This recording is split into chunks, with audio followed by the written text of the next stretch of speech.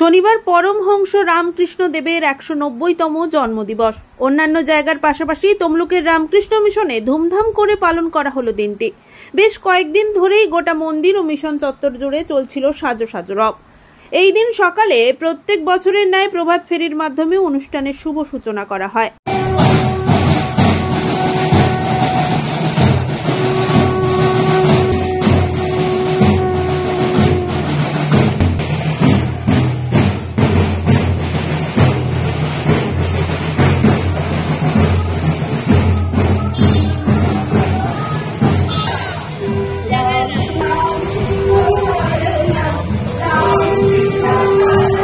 Home যজ্ঞ পূজা অর্চনা চলতে থাকে সকাল থেকে।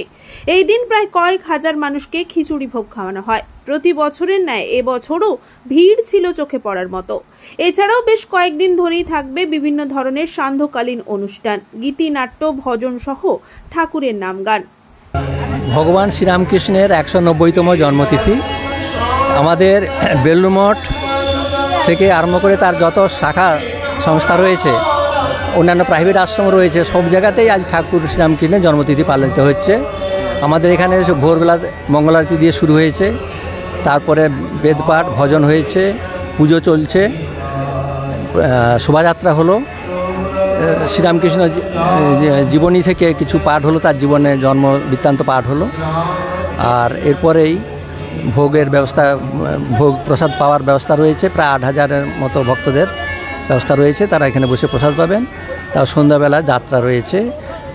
এইভাবে আজকের দিনটি কাটবে। এটা কি মঙ্গলবার পর্যন্ত চলবে? এটা 4 তারিখ পর্যন্ত, রবি, সোম, মঙ্গল, বুধ পর্যন্ত চলবে। আজকে সারাদিনের প্রোগ্রাম।